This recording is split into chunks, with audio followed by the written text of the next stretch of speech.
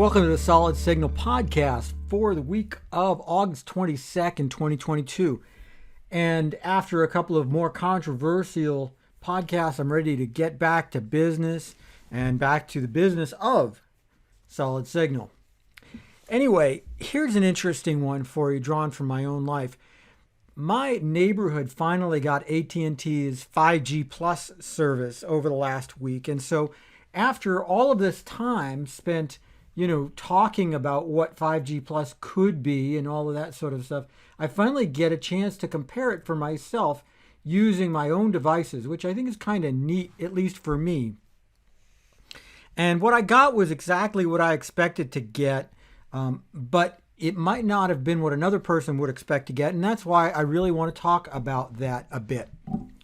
So, the little town in which I live spent a lot of money over the course of about last 5 years, putting up all new local mini towers for ultra wideband 5G, making them look as much like light poles as possible, as unobtrusive as possible, so that when providers were ready to put up these ultra wideband 5G devices, they would be ready, which is kind of cool. And it's nice to see that kind of thinking ahead. But you could almost be forgiven for forgetting the things ever existed, because they kind of fade right into the background. You don't even notice they're there.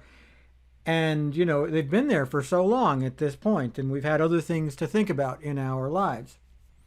But the other day I'm walking around and I looked down on my phone. It's got the 5G Plus icon on it. And that's the first time that I'd seen it around town. One of the very few times I'd ever seen it myself in person, which I thought was kind of cool. And immediately, so what did I do? I did a speed test and I looked around. And by the way, I happened to be, within maybe 100 feet of one of these 5G towers.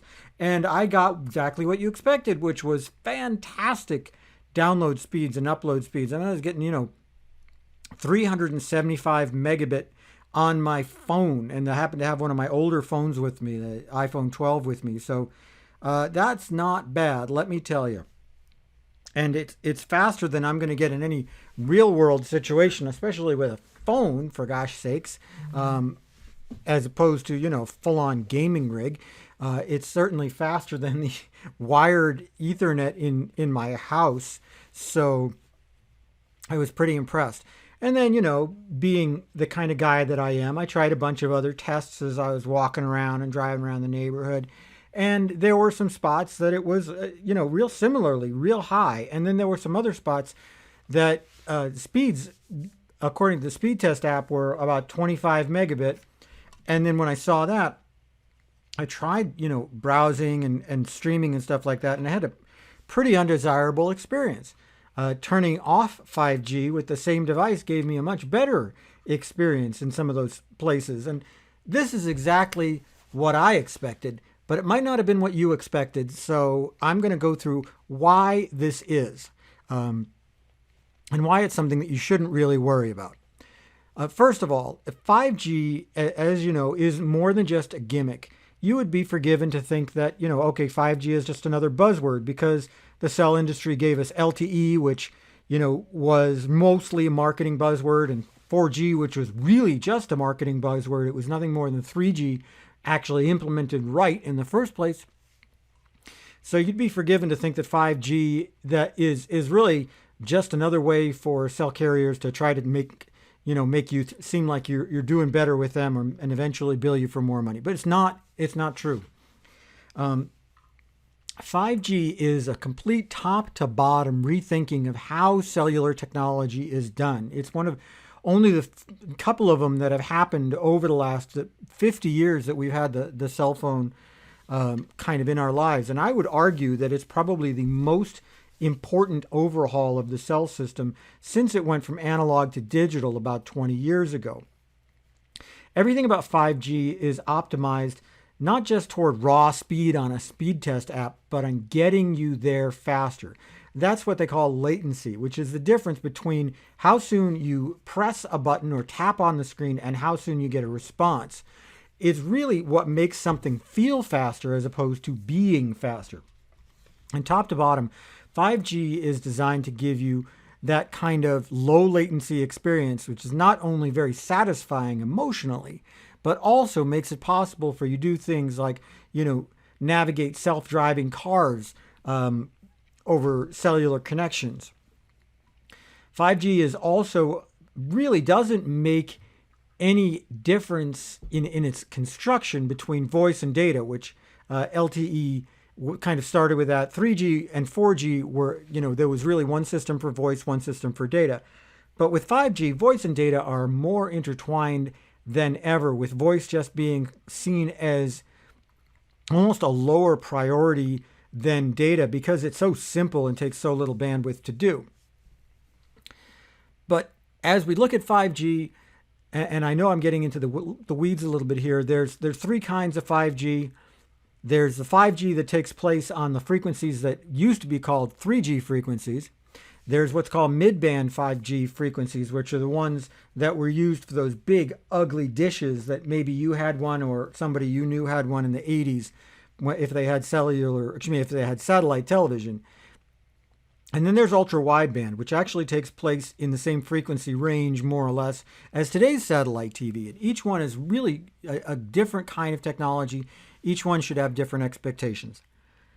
With the nationwide 5G that takes place on what used to be the 3G frequencies, you're going to get a very predictable response, and one that's really only just a little bit faster in the speed test app than LTE, even though it's going to feel a lot faster because of that low latency connection. Mid-band 5G is really kind of a way to show, well, okay, we can give you even a little bit more speed, but maybe not as much speed as we possibly could. And it's, in a lot of ways, it's a way to make sure there's enough capacity for 5G. There isn't a lot of congestion in the network.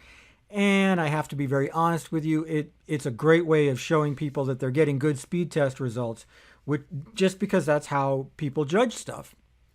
And then there's ultra wideband, which when it comes to speed is capable of speeds of well over 1,000 megabit up and down, tiny little amounts of latency, blowing away the doors of almost any wired network experience that you would have in your life. And it's super cool. And the only thing about it is that it's limited to a range of, give or take, about 500 feet, about 250 feet away from the tower in all directions. So 500 feet of diameter from end to end. And that's a problem, of course, if you're out in the suburbs, because 500 feet doesn't carry a whole bunch of homes. And there's a really steep fall off once you get to the edge of that, once you start getting 250 feet away from that tower. And unless the switching equipment is set up to really switch you over to what they call nationwide 5G or LTE fast enough, you're going to see performance which is potentially worse than LTE. Now, this is a really temporary situation for two reasons. First of all, as we start to see more ultra-wideband 5G towers going up, there's going to be more overlap. There's going to be less opportunity for the signal to fall off as sharply as I saw it fall off. The other thing is I suspect that the next generation of cell phones, where are we at? iPhone 14 and I don't know, Galaxy S, are they going to call it S23? Probably going to call it S23. I don't know for sure, but whatever. We'll have a little bit better intelligence in terms of when they use 5G and when they use LTE to try to give you a little bit more satisfactory experience. Within a year or so, I think this is all going to get really very nicely ironed out. And in the meantime, it's just one of those things. If you're driving, you're never going to see the real difference between 5G and 4G fall off. You're not going to have that problem because you're going to get into the fall off zone so quick and get out of it so quick that you're going to switch over to LTE or traditional 5G just real fast, and you just won't see it. The people who are going to suffer, I guess, if you're walking down the street, and I'm trying to really struggle to imagine how this would happen outside of a very fixed condition. Let's say you're walking down the street and you are trying to download a 4K movie onto your phone while you're walking down the street, then yeah, you could potentially be affected. if you're walking or biking or something like that and attempting to just do any sort of high bandwidth streaming, you could potentially be there. Or if you're in a parking lot that's right in the fringe area and you're trying to browse while you're waiting for your food to come out or something like that. These are really kind of edge cases and not something you should worry about, but it is true. And no matter where we are in the history of technology, there are going to be these kind of deficiencies where we know that we can do better in the future and we know that we didn't do as good in the past. And that's just where we're living. And that's okay. That is absolutely okay. The one thing I can tell you for sure is that 5G is going to get better and better. That 6G will eventually come, but I don't see that happening for several years just because we haven't even had a full 5G rollout yet, and because realistically, other than really cute speed test numbers, most folks would be pretty satisfied with just good LTE coverage. As simple as that. So moving ahead, we'll get to higher numbers, but today we have a pretty darn amazing system out there in our cellular networks, especially if you have AT&T. I should point out that Signal Connect, which is part of Signal Group, which sponsors this podcast, is an AT&T dealer and can set you up with the best business and residential service for your phone. They're also residential internet and what we call VSAT, with satellite internet dealers. So whether you're on a boat, a bike, a plane, a train, a truck, what rhymes with truck? Don't answer that. We've got you covered. We can help you have the best internet experience, and all it takes is one call to 888-233-7563. That's 888-233-7563. You didn't think I would get through this entire podcast without a shameless plug, did you? Well, if you did, you'd be wrong. That's about it for the Solid Signal podcast for this week. Please do like and subscribe. Makes me look good to my bosses, and I will see you again next week with more fun, more adventure, and probably more wacky, oddball ideas about how technology works, because that's what this podcast is all about. Have a great week, and I'll see you all soon.